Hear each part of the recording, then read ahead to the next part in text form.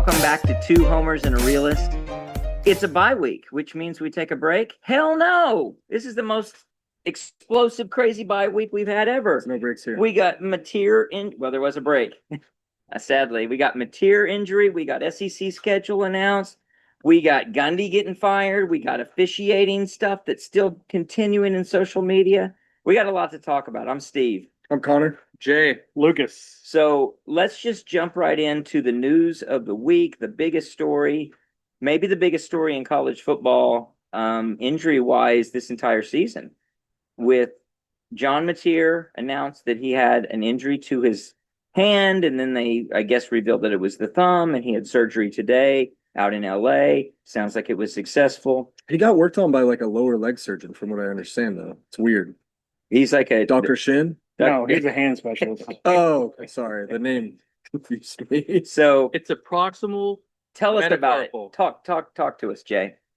That's it. That's all I have to say. So Proximal you talked to metacarpal. some surgeons today. I did. What did the surgeons say? So since it's his throwing hand,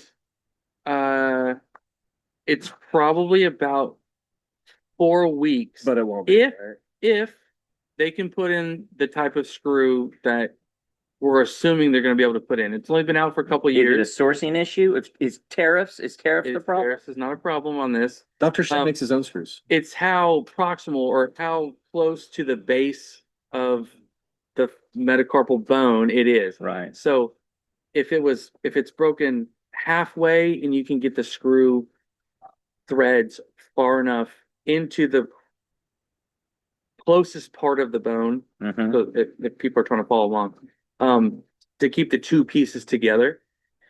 But if you can't, if it's super, super proximal and that's not the way that they're able to do the fixation, I'm not sure. It could be longer. If they have to put a plate and screws, it's going to be longer. But We have no news about what they actually news. did. no, the cool part with the metacarpal nail is you don't have to typically, you don't have to splint it. You don't have to put it in a cast or a splint. And now that's not for performance athletes, Right. That's just for your everyday person. Mhm. But it's been a good breakthrough the last couple of years where a regular person that falls and puts their hand down and breaks their hand doesn't have to wear a cast or go through anything. But It's that long. it goes right down the They call it nail, intramedullary- but it's just a long rod. it goes right down the intramedullary canal. So the middle of our bones are fairly hollow. Yours maybe. Yes. And so this screw is cannulated. So the screw itself is cannulated, but it goes down the middle of the bone Mhm.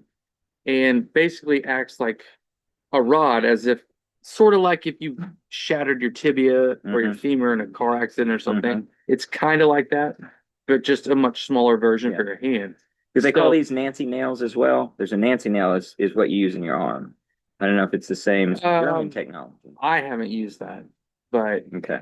I don't know. So I don't know that we're gonna know what he had exactly. Maybe it'll leak. So is there It's good that it's a bone and not a ligament, though, for everyone who's listening. based on he got hurt in the first drive of the first quarter, correct? I don't know if it's the first drive. That I was think in the there's first. like 9 minutes left. There was 9 minutes I left. think there's 9 minutes left. Then it was the Was it first the drive first because we drive? scored with 8 minutes and 30 some odd seconds. And because it was on the deep throw to the Satania, Yep. guy puts up his arm, Mateer follows through, thumb gets caught. Is there any positivity we can take in terms of how severe the break is or is not by the fact that he came back and played almost a full football game? Or is this a break that it's like, regardless of severity, you could go and operate with I'll say the this? positivity of it before Jay gets into more is that pain tolerance. He played the rest of the game and toughed it out. So if he's trying to get back for Texas or whatever, Not to mention the Yeah. apparent sprained knee. then he's got the surgery done. He's going to start his rehab on it to start, flexing it or whatever, getting it more pliable. And he's going to be able to start gripping footballs and stuff like that. But he showed that he's got the pain tolerance to play 3.5 more quarters of football. Not to mention he went 11 passes in a row to end the game, and 15 of 16, I think, is what I saw.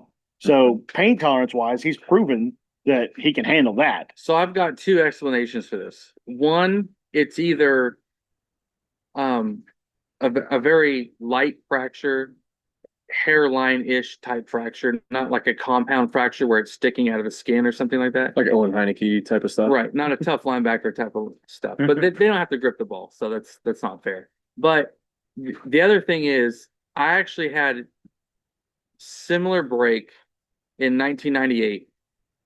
But it was on my pinky, and That's 4 years old then.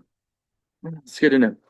I was playing hockey, and I was getting in a fight on the ice, and I punched a guy in his helmet because I'm smart like that, and That's it most hurt. hockey players. It hurt, right? And I'm sitting in the penalty box, and I'm rubbing my hand. I'm like, oh man, that hurts. It was also like the first period of the game, so I finished my hockey game. But when I went out to my car to drive home, to engage my car and to drive, it was a push button. And when I hit the push button, I just had this shooting pain go up my arm. I was like, oh, that's not good. I'm Because just the adrenaline was gone. I'm gonna sleep on it. I'm gonna whatever. And I woke up the next day and I was like, okay, yeah, I can't do anything with this hand. And so my metacarpal was broken. And now back then, he just numbed it and set it and then put me in a splint. But I don't want to say he's not tough for finishing the game because he is and was, but there's definitely something to Different. the adrenaline Yeah. and everything. Well, the fact that he was Working able for to you. I'm gonna guess he woke up the next day be in in a similar fashion. Oh, It was like, shit. can you throw this football? And he was like, oh no. No, I don't know how well were you goalie? No. What were you doing? I mean, what are we doing? Defensive. Well, if somebody gets into fights, like Defenseman. okay. So I don't know how you finished the hockey, but Mateer hit 11 out of his last 11 passes. Yeah. So every one of those is forcing him to grip the ball. So that tells me something about either the severity of the break or his ability to deal with it or some combination. Yeah, of the I two. don't think it was anything like I said, like a compound fracture. Like I don't No, it's definitely not. compound meaning like Blood. you You mean- snapped it like a stick, right? Like it Right. wasn't like Yeah. it was just broken a little bit and it's gonna swell and it's Yeah. gonna bleed Like and just a separation. Yeah. Yeah. and if that's the case, honestly, someone his age and his level of athleticism and just Health. The new OU It- medical staff. it honestly could heal in that form or fashion in 3 weeks. 16 where days. He's playing with just pain. 16 days. Yeah. Well, I broke my left thumb twice. The last time I did it was skiing in Colorado, and I broke it the first run of the first day by thinking I can hit that jump because I'm right back at skiing like normal. I'm about halfway down this one slope, and I ski in the trees, hit this jump, lose my balance, land, falling back, broke my thumb. Is there video of this? Took my glove off. My dad's like, "Oh, quit being a sissy." So I put my glove, but he helped me put my glove back on because it immediately started swelling because I broke it all the way down here at Mhm. the base of it. See, that's what I'm afraid of. If he broke his that low, I skied the rest of the day, no adrenaline going. I skied the rest of the day, well, you had and I didn't have to grip the Yeah, pole. yeah. And No, he then, turned off his adrenaline. turn it off. and then he's like, "Do we need to take you to the hospital?" I was like, "Nope." So that was day one of the ski. So then the next day I go to Keystone. I ski the morning and the night, and then the next day I go to Vail and I ski all day at Vail. And then we drive back home, and then 2 days later, I go to the doctor and end up getting the And my hand doesn't work. So the Yeah. point of your story is You're- you're Yeah, now I a can't pop that baby knuckle. and you're three can't times pop that the knuckle. man that material. And I did it when I was 22, which is probably Mateer's Yeah. age. So so if he doesn't I'm not come trying. right back. Yeah, if he doesn't come right back, sissy. No. So and here's my thing is, and I don't know how quickly we want to get into this, but in terms of timetable and everything else, like I'm concerned it is like a month. Like if it's 28 days, He was saying Ole Miss. I'm- His first. Well, let's Nigga, get, let's get into that. No, if he is not putting OU first, and I don't mean that in a negative way, but if he's putting John Mateer first, he probably shouldn't come back for a month. and But I don't think he's going to do that. I don't. So that's what I Now was- there's a counter angle to that though, right? Because John Mateer first might mean you come back as a tough hero in the Texas game, keep your Heisman campaign completely alive, go NFL after this year. Well, it'll definitely heal in between the college season and the NFL draft. And all that. What are But the not what, come back for another year, Right. ride out on a high. So what are the implications if you come back too soon for this?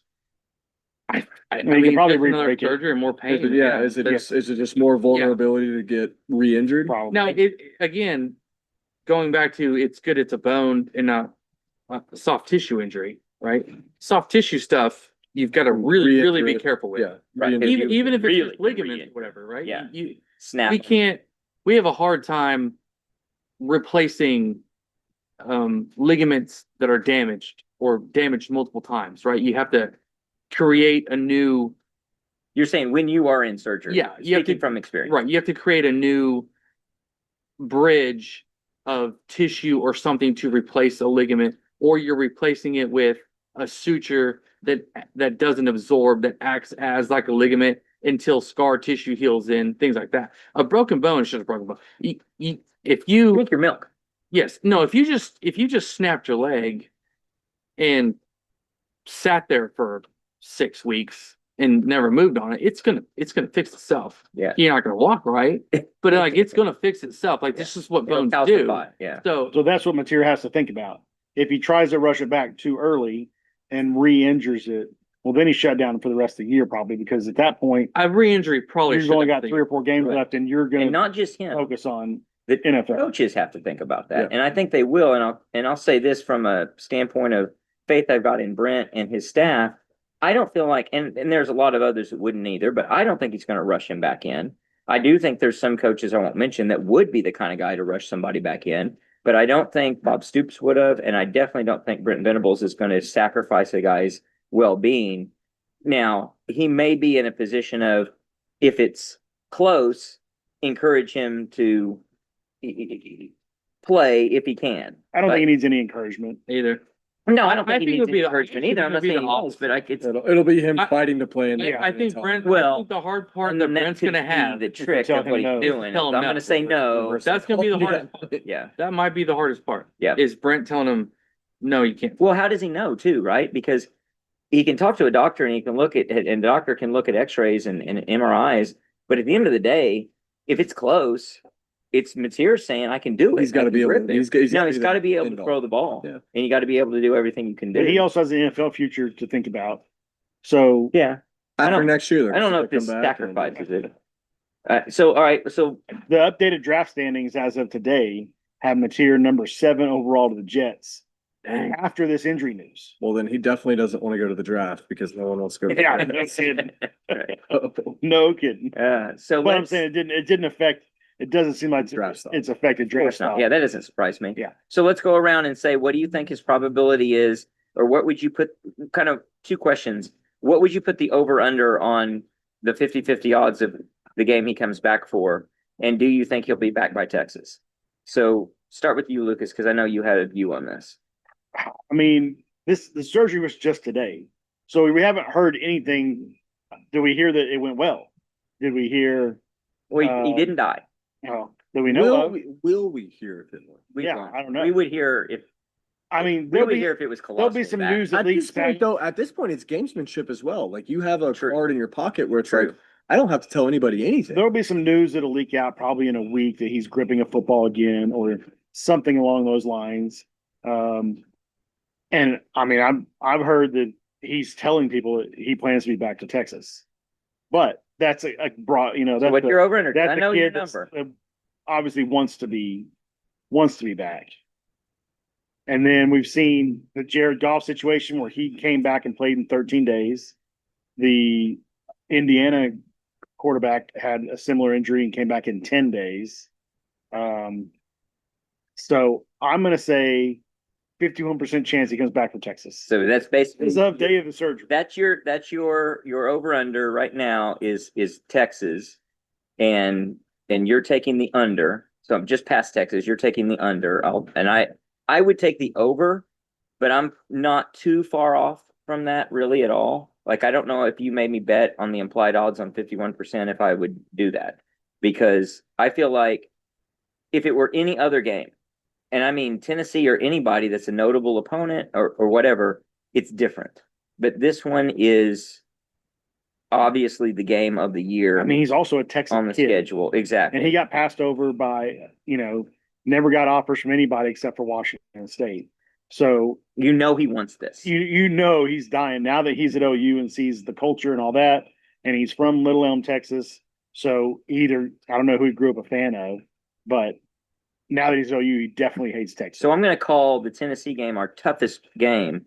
I could see him more easily setting that game out voluntarily or having a harder time getting his mind psyched up if I'm playing through if that the was that game, week, if it was that week yeah. versus Texas. Texas, I think he tries Extra everything he motivation, can, extra motivation to come back for. So I like that as an over-under. So what would you take over-under on the between Texas, South Carolina? That's the next opponent, right? Yep. So Or Connor, are Miss you after under that. over on that just past Texas? Under meaning he plays Texas. I'm over, and a Are you- couple reasons there. I think Just one game or two? I think I would set the line at At Ole Miss. 2.5, or sorry, 3.5. Games? 3.5 games. So either he comes back for, Yeah, two, three and a half. That's right. he comes back for South Carolina or Ole Miss, is what I'm saying. Right. So yeah, three and a half. Three and a half. Right. And a couple reasons for it. And percentage wise, I think if I were put a percent chance that he plays Texas, I'm saying with my pessimistic view right now, 35%. And I've got a couple reasons. First one, That's probably you've got what's funny is I'm not to interrupt you, but 35% yesterday sounds like optimism to me. Yeah. So all of a sudden, yeah, no, I mean for sure. With the reports coming out. So two things, and I agree with what you guys are saying. Like, I do think Texas in this game, especially as it's setting up to be, with us winning, them kind of getting back to the track that they want to be on.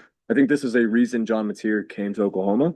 That said, we're going to go into Texas 5-0. And from a coaching standpoint, I think it's going to be more of a coaching decision than it is going to be a John Mateer decision to say, our defense is playing really well.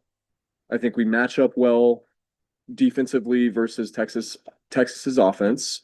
Let's roll the dice to get another week. And obviously we want to have you. Obviously it's our premier matchup of the season. But if we can figure out a way to win on defense, we think we can. And also we'll talk about Michael Hawkins after this. Mike gives us a chance to win in some form or fashion. I think it's more of a long-term decision from a coaching standpoint. What about this? What if, in a strange way, is it almost better to lose this Texas game without Mateer? yes, it can be. Yes, Playoff committee wise, yes, If it comes to it. perception wise, Yes. everything wise, absolutely. versus a Mateer trying to hero ball, but we still lose. Right. Oh, I I think bet that's a you're right. worse loss. I bet you're right. Right? Yes, yes. Because if he's back, he's back. We lose with Hawkins. They will It's our forget. backup They quarterback. will It is what totally it- forget that Totally he was coming back early. and give him Texas no credit for it. Yeah, Right?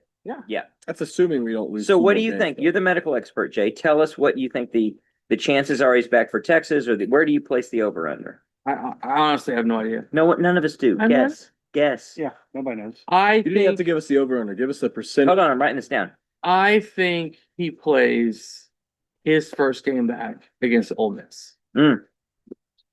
So Just because if you want to weigh all the factors of not knowing exactly what the break is or how the fixation is, mhm. his professional future, really, honestly, the future of the rest of our season. Correct. Because, in my opinion, if you can go 1-1 with Hawkins, that's a huge win. It's almost like you didn't even lose. When you say You one mean and one, You're Texas, South Carolina. so 2 if and you- 1. No, if you can win one of them. You're Oh, I'm not counting Kansas. Yeah. I know, but If you can, if Yeah. you can go 1-1 between Texas and South Carolina, right. with I Michael agree. Hawkins, that's Well, a walk. I think I think everyone will completely forget about and if he doesn't play against Texas and we beat Texas with Hawkins, it. there's no way he comes back before Ole Miss. No, I agree. Because you give him that extra week. Fully and agree. You're just Yeah. extending the timetable that you give him to Yeah. say, like, we Yeah. we extend the chances that we have to get to the playoff with potentially one more loss. Like I'll say Ole Miss with a short leash even. he needs to be back for this because we're gonna have to I score. mean, some points typically this when you week. break a bone, okay, in general in life, it's 6 weeks. Right. But you can But that's a break. you can expedite that with Yeah, this is just a fracture. the need to of Yep. you know. Well, I like the conversation and the tone because yesterday, not just for the people at the table here, but everyone in Soonerland was pretty distraught and I think pretty just Shell shocked. shell shocked and really just frustrated because it's like, here we go again. I'll go with you on frustrated. And you're still frustrated? No, I'm saying I'll go with you on the frustrated part. I Right. wasn't shocked. I actually felt bad in a strange way just for Brent. Oh, I mean, like- absolutely. Like Everything. the It's like, guy, can't catch a we break. all want him to succeed. Can't catch a And he break. was to succeed. And the bad luck, just Yeah. in general, that he's had to deal with. He has to be. I'm sure he's not. I would be sitting at home in a little bit of What self pity. Like what? Yeah. Like what did I do to deserve this? It's like biblical. Yes. It's I rough. heard on the radio today, and they flat out said Brent is no longer on the hot seat because of this. Huh. I'll agree. I'll agree with that. That's actually not a bad take. That's not a bad take. I don't know. It's not a bad take. No, you You still cannot. got the 8-4 You thing. cannot be 4-0 and have one of the best defenses in the country, the leading Heisman candidate, and then whatever happens the rest of the season, be like, oh, Brent, you gotta get it done. It was getting done. I think it will ignite Brent though. I think Like, so too. I I think think like the team. I agree. And I think, I mean, Steve, I know you're trying to get to a point, but it's like, I was kind of in that boat. I mean, I Mhm. told you guys before, it's like, I get the news, I'm useless for an hour and a half to 2 hours. Like, Well, that's no, but it's just, a day, but whatever. Well. That's normal. yeah, I'm extra useless. Sorry. Yeah, my nothing job, right? So All his team members were my goodness. IMing them. I decided to go actually to the pantry. I got on my knees and started stocking the shelves just to kill the time. It's very weird. You know, something came over me. But I think I mean, it's just one of those things. Like, it's like after last year, why can't we have nice things? Exactly. We paid our dues. I think we paid our dues like For years. like for 3 years over Yeah. at least in terms Yeah. of injuries and what those meant. Yeah. And then you add on top of you're supposed to go into a bye week. It's a rest up week. You're getting Gibson back.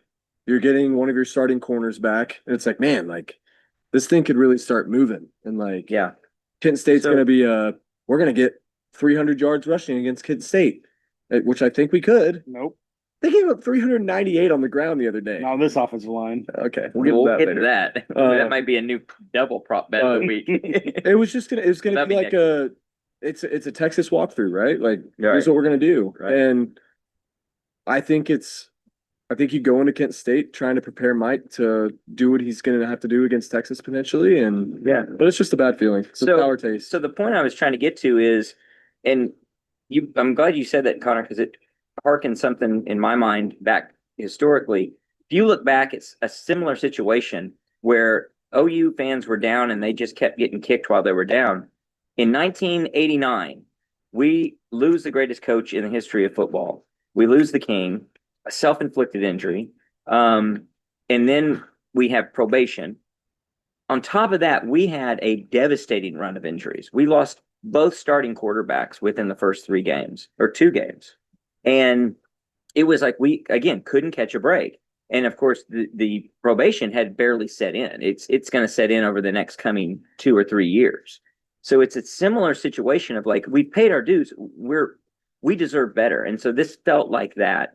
But to be honest, and I think it's coming around, everybody's getting a little more optimistic. We have such PTSD from seeing how bad we've been that keeps us from seeing the big picture. And the big picture is we absolutely are capable of winning a game, even a big game like Texas, with a backup quarterback. Well, and it's funny, it's the same backup quarterback that we were all calling to be the starter Right. last year. And So- so he's had experience. He's a talented person. He's with finally an OC. He's got finally talented receivers. Texas has beaten us with backup quarterbacks twice in recent memory. So it's not undoable by any means. We just won't give ourselves the chance. It seemed like yesterday. Now I think we're coming around today. say we've got a chance. It's obviously not as good a position as you'd be in if you had everything that we had as we thought we had it Monday morning. But it's still a very winnable game with a lot of the season in front of us. It is. I And mean, and with Hawkins, we've really just seen a glimpse of what he can do, and it's been pretty good. He throws a pretty ball, he throws a good ball, he runs really well. He seems to be able to read and run. Now, we've seen just a glimpse of any of that tested, and we haven't seen him with a real offensive coordinator. So we'll see. We'll see what happens. I hope that it's going to be a test of Arbuckle in particular and the rest of the coaches in general. If they can get him and us in a position to win, you balance a couple of things. One, you got to play to his strengths, but two, you're at a formidable time of your season where you're trying to set your offense on a higher and higher level, and you don't want to set back. So you can't necessarily abandon everything, or those guys don't learn for when Mateer does come back. But at the same time, you got to win this week, being every week when we're playing with Hawkins.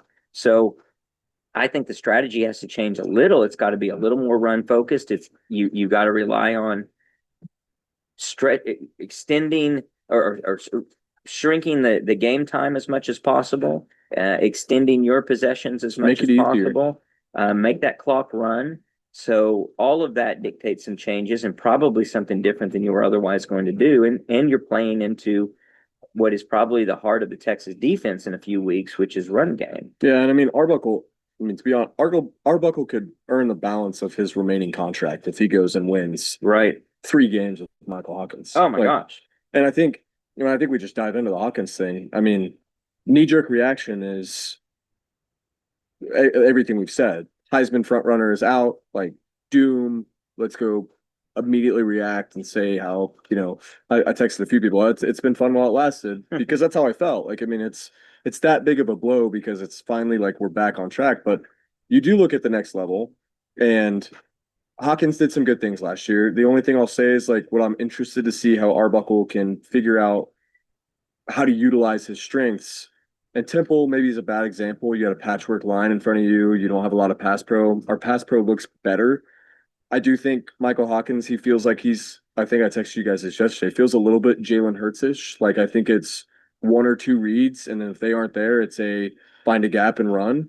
I hope he can have the time to or have the presence of mind to be a little patient, because I do think we have some weapons you can utilize. Which will dictate a need for good pass blocking. It will. And on top of that, I mean, it's just it lends a lot to the fact that I'm very happy he got snaps in meaningful games last year. Yeah. That works out well. Given in the last SEC game he played in, it was 3 interceptions, and you see the bench. He did get a road win as his first start. Got a road win in his first Was start. it a fumble?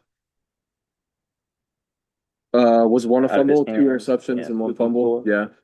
I mean, and it could be a little bit of a redemption game for him. I mean, Texas ruined him last year. Like that was what led into the South Carolina, travesty that we saw. So I think you got to put a little bit of trust in him. And I think I said it. He's with an offensive coordinator like Ben Arbuckle, and the actual protection he has, plus the weapons he has, which he didn't have any of that last year. He's got to be better. And Giovanni Gibson's coming back. Yeah. That'll be a help. I mean, he's got Bowen's coming back on defense, so it's got to be defense better. is even stouter. And you have the defense to lean on. Yeah, more so than last year. More so than last year. And a weaker offense from Texas. Yeah. Much weaker than what we saw last year. So, I mean, if you can figure out how to give Well, the defense a little rest, then I'll give you something, and you might laugh at this. And wait for it. Oh. And I'm not predicting this or saying this is the case, but to slow anyone down who's ready to just get on the this is over train, if I had told you 4 games into the 2017 season, Baker Mayfield has an injury and he's out, and we have to rely on the backup, Kyler Murray, you would not have been very optimistic about what was about to happen. I don't believe that. I don't think he would have at all. He hadn't shown anything. I agree. He had shown a little bit of speed, and that was it. He was did a highly not look touted good. kid. Except he'd done everything you could possibly do in high school football. That's- the toughest comp. Yeah, but toughest Hawkins kind of has, but he was- Hawkins has a good track But he record. wasn't any good at A&M. Kyler Murray was not Yeah. the And the Kyler Murray first in snap he 2010. got I understand was that. nothing. Yeah. So I'm saying you were looking at two Heisman winners about to take the field yet again. I Here- watched Kyler in the spring I like game it. of that season, thinking, man, when Baker's gone, we're still getting in pretty good shape. That might be revisionist history. I'm not sure. I trust you. I remember you saying that. However, what he did when he did come in, he had happy feet. He looked like his helmet was a little big for him. He still does. It was nothing. Like, we were shocked in 2018 in a big way, and there was a reason for that. We So, were at a game when Baker had We can be shocked. after the Kansas game when He Baker did tried start, that. and he did not look great. What are you talking about? He had like a He had 65-yard one long run to run start the game against Kansas, and that was it. No, against was it West Virginia? Or was it West Virginia? No. Yeah. The Kansas game is when he grabbed the crotch. Right. And then, I think it And was then West Virginia. Kyler, yeah, I remember. Or- Who was one it of that them. took the jersey out? Yeah, it was The West left Virginia. tackle? West Virginia. It's West yeah. Virginia. He Left opens the tackle. game. He opens the game with a 74-yard run. Run. Yeah, down to Yeah, the one. That was good. Yeah. We all knew he was fast. We Yeah. know Hawkins is fast. So Yeah, Kyler anyway, Murray. I'm not saying that it's the next Kyler Murray, but I am saying he is rightfully the backup quarterback at the University. Yeah, of exactly. Oklahoma. He's not a scrub. No, I he's have not full a scrub. confidence in Michael Hawkins being able to play 3 or 4 games. If his mom says that And he's play- really good, I'm gonna believe it. Believe her. For a multitude of reasons. So we have a lot of confidence there. I'm not laughing. So I mean, I'm laughing at the do Heisman thing. Gotcha. Oh, you'll see. Wanna make a bet? You'll be laughing. So I don't know. Obviously, we're going to be talking more about this in the next pod, and there'll all be a we lot think of about for 2 speculations. weeks. All we're going to get to think about. Props to Hawkins for staying. Absolutely, He that's had why every you opportunity that when Jackson Arnold, when he got replaced for the job, when Jackson Arnold came back and started the rest of the season, and then Jackson leaves, and you find out that you think you're next in line, but the new offensive coordinator is bringing his quarterback, you know you have no chance of being the starter. Right. You know good and well that when John Mateer is coming with the offensive coordinator, he's the starter because he knows the offense. Yep. He had a hell of a season last year. You know for sure you're the backup again. Even though you're only a sophomore, you're thinking, man, this was my time. Jackson's leaving. I'm going to be the guy. Well, after you burn your red And shirt. it's not, yeah. I mean, it's You not burned your the red case. shirt last year. Mhm. Yep. I mean, it's And then you have every reason to be like you very Yeah. sour and say like I'm not doing this. Yeah. I can go to Virginia Tech and start. So that's great on Hawkins. That's great on the coaches for keeping him around. Yep. It's great on whatever package they put together to be competitive. I love it. We're gonna start running the ball too And How are we going to do that? with running backs. I think we're going to run the ball well. I think you're going to be surprised. Against Kent State. Yeah. And And in this Texas. bye You week, ain't running the ball against Texas. you might be surprised. That I will needs to be be absolutely shocked. that needs to be the prop bet of the week is running yards against If against we had Texas. 150 rushing yards against Texas, I will be shocked. What if 98 of them come from Hawkins? I don't think you run your quarterback in a game when you're going to have to go to your third stringer if he gets injured. No, you sell out. Yeah, You do not what it pull takes to any win. punches Yeah. because you say Well, if John is back next week or Next even the week. next if, one, if, right. if the you point are of going Mateer, balls to the wall. if Mateer You doesn't can't play play at scared. Texas, You can't run. and then scared. you're going out there, and Mateer's like, man, I'm just barely not going to be able to play this week against Texas. I'll be ready for South Carolina. Then you run Hawkins against Texas. I think you kind But of if run he's still no matter 4 what. weeks out. You really Nah. don't, you can't afford to go Nah, lose Texas, lose South Carolina, and then come back to Mateer taking over Ole Miss. I don't because think you can hold it back. You had a No. third stringer. if the you last think 2 that's games. what puts you in the best position to win, you have to do it. You cannot allow the situation to telegraph your one dimensionality or your lack of one of many dimensions. Well, it's not and one you dimension. take that potential win because South Carolina's not guaranteed, and You're him not- coming back is not You're guaranteed. taking a dimension So you away, take but you're a not. win. You're not one dimensional by not running No, quarterback. I understand that, That's but you just don't have that's the third dimension. Okay, you don't have the third dimension.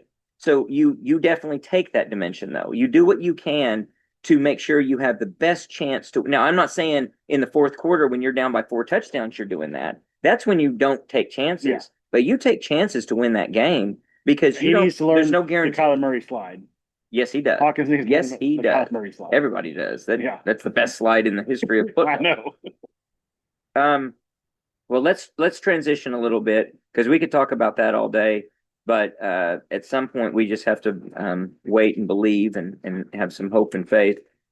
We had some hope and faith in the SEC. They came out with their schedules. How did you guys think it went? It didn't live up to our expectation in terms of prediction or what we thought was going to happen with Ole Miss filling our third spot. That was kind of an interesting out of nowhere situation as far as none of us foresaw. But what did you guys think about the breakdown of the schedule? I honestly, I didn't care that much. It's not a permanent, like forever schedule. Right. And I it's a think 4-year schedule. I know, but I think it's better. It's better than what the last two have been.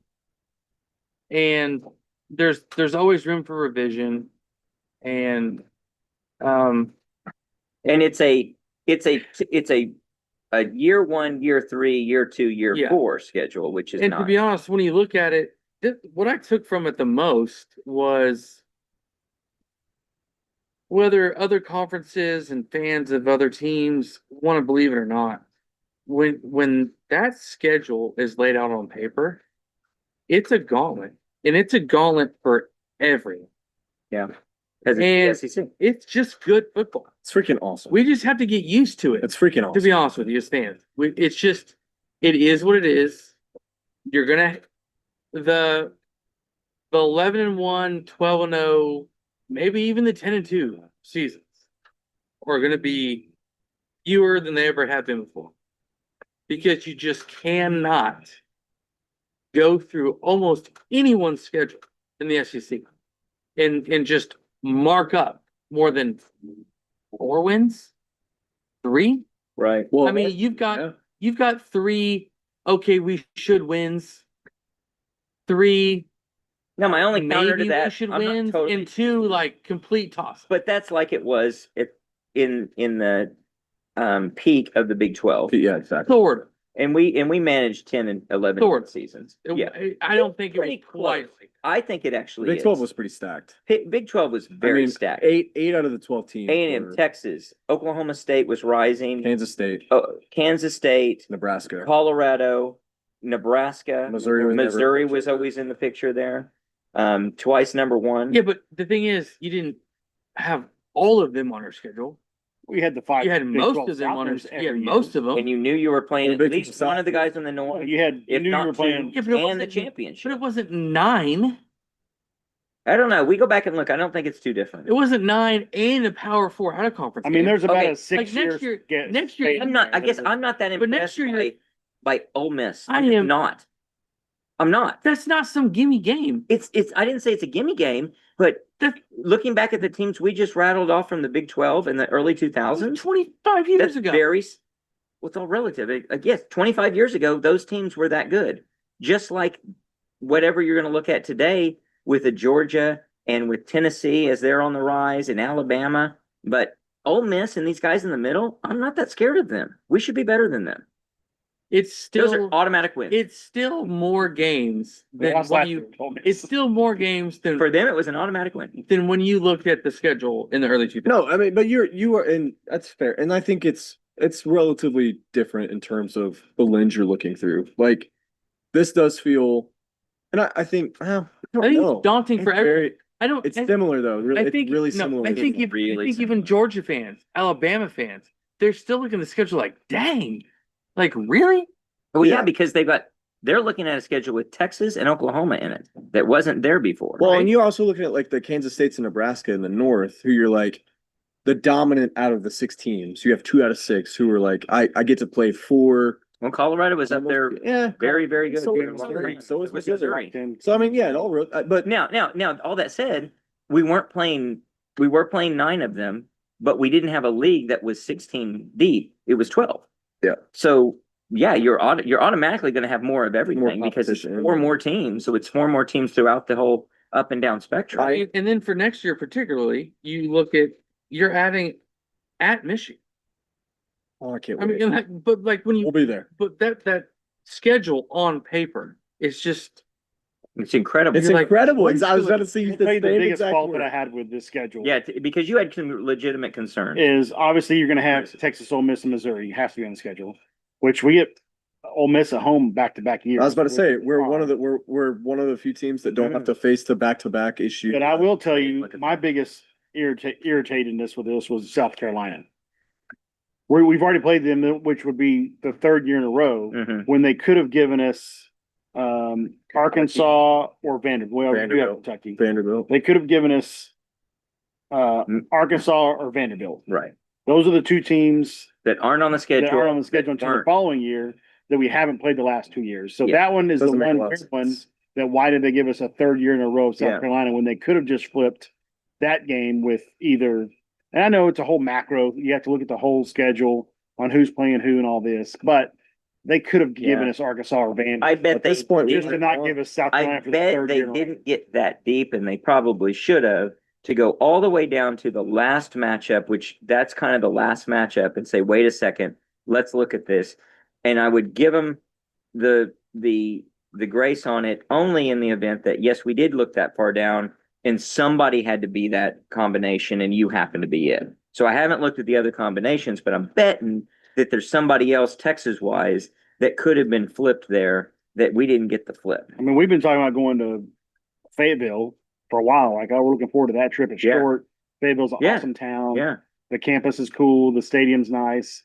And we don't get We're to make doing that trip we're gonna until, do Canterbury there. we don't Yeah. get that until 2029. That sucks. I mean, That's ridiculous. that will be our 6th year in the SEC before we get to go to Fayetteville. That And that it's just, miss. If you look at, I understand why they wanted some geographic diversity, whether or not they're really trying to build rivalries, and if that makes sense, we can talk about Lane Kiffin's comments.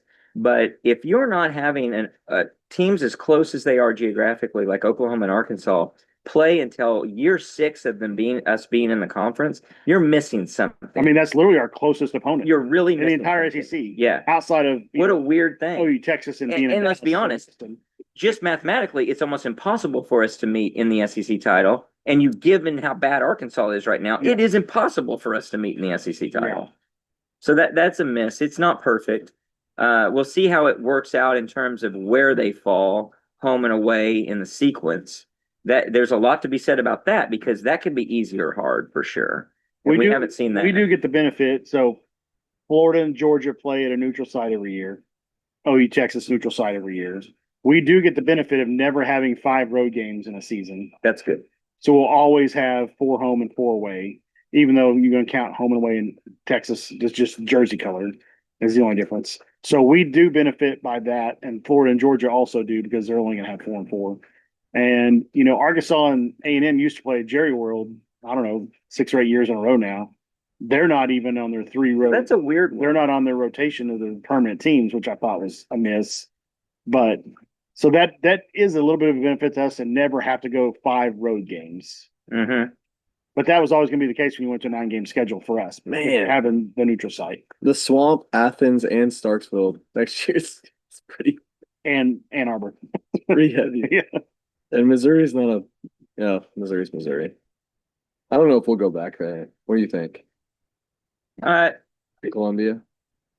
It's so close. It's so doable. Yeah. I see doing it. Layup. I kind of want to go back and meet up with a couple of people, like that guy that we met up with at the end of it. I want to, but like to have that's not probably the healthiest thing in the world, but college football's not healthy. so we'll see. I actually aspire to a point where we're making every road game to a degree, although it's pretty fun to be watching them here and then watch all the other football that's going on. I don't know. I'd like to But get back to that. It is pretty fun to make those road trips. Fun year. When we get to the point where we're making it and we're all making it as a group, that's pretty fun. And the next 4 years, getting the long perspective, that really does set us up for some fun experiences. That's a lot of just seeing stuff we wanted to see that we thought we were going to get to see this year because we didn't get to see it last year, and we thought we were going to flip with Texas. That will never get old griping about that, because it's still Valid. something Still that's BS. valid. Yeah, It's valid. still BS. So but the SEC did a better job this go around, and I like the fact that they're releasing it early, and they obviously are putting some good thought to it for sure. And I like the 9-game. I think everyone's going to the 9-game for a reason. That makes a lot of sense. It'll be interesting to see what happens in just the general with college football. Well, you're kind of putting the ball in the Big Ten's court to be like, Oh yeah, this is you guys need to show this it is the real what you're deal. going to do Quit. because they don't. No, And they their schedule schedules they are a schedule joke. for their top 2 teams, Mhm. top 3 teams. They line their schedule up to make sure it sets up Penn as State next beneficial year as is a possible. joke. Yeah. That's a joke of a schedule. So, I mean, if the ball's in your court, and don't tell me you want more teams in the playoffs than the SEC, because we are going through a freaking ringer. Right. They're setting it up so they could easily have the obvious teams that are getting in, and then they want the other teams that have done pretty On well the fringes, to yeah. get in on the fringes. And that needs to be all taken into account by the committee and the voters and everything to get to the 12 teams. Well, other big news that broke this week, so let's talk about it a little bit. Mike Gundy, he's gone. The end of the Gundy era in Stillwater. I would like to revise my original over-under pick for that. Up or down? I don't know. So I'd revise it down. we all said over 4.5. They look absolutely atrocious. He was unceremoniously fired, which is in a way unfitting, in a way fitting because It's of like the they way did he him a little lived his dirty career. as well. So. Dirty, you mean? Just in terms of how they went about the exit process. Did they do it dirty or did they OSU it up? They shoot it up. Yeah, they very on brand, right? Yeah. Just like Don't give him a chance to tell his players before it happens. Don't let him meet with his team. They find out via Twitter. I didn't do a press apparently. conference on Monday and the coaches show Yeah. Monday night. I mean, as you're Tuesday obviously morning. making the rounds with your donors to get the money to buy the guy out, Yeah. as well as probably get whatever it takes package wise to get someone else. Figure out a way to do it that's better than that, guys. That's bad. It's sad from the standpoint of he is the best coach in the history of that program. He's done a lot for that program. They absolutely can criticize a lot of what he's done behavior wise, but you know what you got. You knew what you had from the beginning. It's not like it's been that bad. I mean, there's been some bad things, actually, some stuff that is rumored and we don't know the details. He's gone to 18 straight bowl But- games until Yeah, here. speaking out to the media, speaking your mind, being your own man, that's actually admirable stuff. Like, I'm not going to criticize the guy for some of the stuff he did, standing up for his players. He was goofy as can be, but he was goofy in a way that players identified with. His goofy dances after games in the locker room. There's no criticism of that. And Well, there has been some player criticism after the fact that they've left OSU. that's true. Even That's good true. players That's have true. said, I had no relationship whatsoever with Mike Gundy. I was on the team for 4 years and he barely knew my name. And there's been some Great of that points. from elite guys. Yeah. You know, like For sure. he called them by their jersey numbers and stuff. Hey, 15, you need to do this, whatever, instead of saying, No, I don't think he was a perfect role model or a perfect coach. I just think that sometimes on people brand. criticize something. Yeah, it was on brand.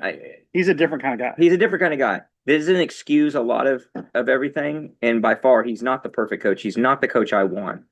But at the same time, a guy who's going to do his own thing and be his own man and speak his mind, I actually admire that a lot. There's too many coaches who will never speak their mind, and that gets really frustrating. So in that respect, he had elements of Switzer in that he would speak his mind and he didn't care. So I like that about it. Just like Dabo's kind of like Dabo's double wide cousin. Yeah, it's very, Type of thing. very true. Yeah. And the things I admire of Dabo and the things I hate about Dabo. Right. It's just like you get a little bit of both things. Go for it. Go for it. Go for it, Jay. If you need to go do that, you need to take a break. We can talk about some other stuff. We'll hold down the fort. Go ahead. You've been holding the fort down. Oh yeah, sorry. Go ahead. Okay. You do what What's you your need to take do. on Mike Gundy? Oh man. I know you're devastated. Yeah, I really don't care. You got that news on your birthday. That's true. Happy birthday. Thank you. I do care in a small way that I don't like to see people go out that way. I'm the same way. I agree. That's it. I don't like him. I don't like Oklahoma State. I really could care less the majority of the time, so to speak. But I hate to see a legend just be destroyed. Yeah. I was talking about this at work with some people. Most of the time, this is how people do go out. And it's kind of sad. And you look at Bob. Yeah. And you wonder, what was it? Did someone say something to him? Did someone give him the foresight or the A vision, little bit his dad. to be like, dude, you're kind of tired of it. You don't necessarily like the direction of the sport Mhm. itself. You've got a hot young up and comer here. Mm-hmm. You're potentially losing him. You might lose him either way. And then university that you've cared about so much is in a really tough spot. Just do it now. Like, Mhm. how hard was that for Bob? Because he went out Like, on think top about that in and your he own- left a lot. Think about that in your own You profession. know, the Heisman Trophy winner, Mm. quarterback. Yeah. No, but really though, like in your And own if I could hide the profession, trophy- your own life, Right. where you're like, you have that foresight, Mhm. right? It's unusual. You know, in business, you see it all the time when the founder is finally removed with force, and it's Right. sad. Like It's Succession. awful, like Succession, very much the biography, and otherwise you get these, if they're not founders, they're CEOs who turn things around, and they've been the hero, and then all of a sudden it's not there anymore, and they overstay their welcome, and it's an ugly. So you hate to see it. You It's a hate to see small it when window though to get happens. it right. It Like, is. and I mean, another good example of recency is like you look at Clayton Kershaw from the Dodgers. Like, hasn't been elite, but hasn't been bad by any means.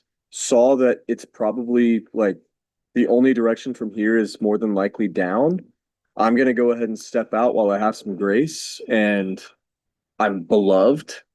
And like that's not an easy thing to do. And I mean, with Mike, I think we've all talked about it. Mike may have overstayed his welcome. I mean, I know he's in a Big 12 championship 2 years ago, which whatever that Whatever. means. But that's the craziest part to me. Like the fall from just on the field performance. I can't think of a team. Okay, I got a question for you. I mean, Ollie Gordon Did- coming back last year, he They- was a they were Heisman set. front runner. He was They were like a set. top 5 Heisman guy. And then Didn't win a it- single it conference happened game. nothing. When did he decide to sit out though? Did he sit out at all last year? No, huh? He played all year. Whole season. He played all year. His So- foot might have not So been in here, it. well, no, we know that, but Same with so I football. got a It was question like, for you. Did OU get him fired or contribute meaningfully to it? It could not have helped to Right. see what's going on in Norman. So there's two things. What's going on in Norman? And you've got a lot And of the fact overlap that- with people who are giving Oh, money yeah. and And everything all of a else. sudden, when Oklahoma and Texas leave the conference, your excuse What's for the not beating your being, ass did it? no. Your excuse for not being at the top of your conference is gone. Everyone's expectation was it's all in front of them. Oh, you and Texas are out. OU and Texas are out. Yeah, we were like It's K-State, wide open. TCU, Baylor, OSU. You are Those are the four one of the teams. top programs. You're in and the Utah. Big 12 championship the last Utah. year that They beat you in Texas. and they didn't win. Not Arizona State. They didn't win a single conference game. Mm-mm. Like So that, I mean, you that's talk what I about mean. regression. The regression was. Yeah. It was. It's I can't think astonishing. of another team I've ever seen do that. So if OU's still in the conference, and That's even worse. even no, I don't think so. If we're rising and It's we're doing really excuses. well, it's excuse. And so if you're playing us tight, like it's the continuation of the excuse. But we removed all of that. The tide came out, and it was clear they weren't wearing a bathing suit.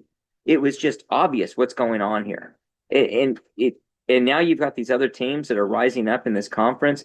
College football is changing so much where it's really a matter of jockeying for position. It seems like we're evolving to a super league where you're either in or you're out, or you're serious or you're not. and they're in jeopardy. And they are way in jeopardy of it. I mean, If you drew and the they line won't. today, And they they're won't. not there. his recruiting in the last 6-7 years, where they're finishing in the recruiting rankings like 50 to 70. Like, and almost like And he they was don't still, care. and like I said, Not leveraging. and they're the top 25 21 game Mhm. when they played Baylor, they're a yard away From a playoff from spot. winning that and being one of the 4 playoff teams. And then to go from that in 2021 to what it is last year in 2024 Right. was it's crazy to see that happen. It is crazy. And I understand and sympathize with their fans for being just completely frustrated by the situation. A little more, tender. All right, guys. Thank you. Bring a bottle out. I have to Show that? walk Yeah, from right. here to there. Yeah. I'll be okay. Sorry. I don't know why I want that. Get careful. Your car. maybe I haven't had enough. So I feel for the fans and the fan base at the same time, and I know this is derogatory. it is so on par for where that program is. It's been a And if long you time want to coming. get serious, you don't understand what it takes to be good. Change is good. You haven't defined good. Right. You've defined good by beating OU and playing tough against OU, which I have to remind them, the most lopsided series in intrastate play, and in the top division, and it actually was as bad or worse under the most successful coach you've ever had. Mhm. So that's mind-boggling. Like, how does that work statistically? So it's a frustrating thing, I think, for sure. Let's talk a little bit about SEC officiating, because we talked about this on the postgame pod, and apparently this won't die. The SEC came out and they gave us a ruling that OU was a bunch of cheaters, and that we're not hearing anything about all the bad calls that were really any of the other bad calls, just the one bad call they missed that apparently cost Auburn the game. Apparently that touchdown, which was in the first quarter, right, was The first quarter, second quarter. which I guess that changed the whole composition of the game. And Auburn you've would've got won. credentialed Texas media saying that they should vacate OU's win and And he should be They suspended. should be Brent Venables suspended, and the you've rest got of the season. CBS national pundits saying that OU is as culpable as the Well, Rick officials Dawson's in an this. idiot and always has been. He's an idiot. I think it is so, and it's the SEC. Like, Pretty rich coming from New High, Yeah. by the way. what a great league. Like, if we can find all this stuff to nitpick, and Yes. everyone is scratching and clawing, I mean, you look at another example of just how hilarious the league is Lane Kiffin's daughter dating LSU's star linebacker, and then Lane Kiffin tweeting, "You better take the over this week." I mean, it's just like, you cannot beat stuff like this. Like, it is high school deep South drama. The officiating, on the other hand, the statement that was released by the SEC, total joke in my opinion, and it's a CYA on their part, completely trying to. I still don't agree with it. I completely don't agree. I don't either. I don't think it was an illegal play. I don't either. I think they're reaching. It's a poorly written rule to begin with. It's not in the spirit of the game, as our mock tweet should obviously demonstrate. If you looked at our, Yeah, Go our look at the exit cam- 23 flags that No were more thrown. play action because you're deceiving cannot the do that. defense. It's total deception.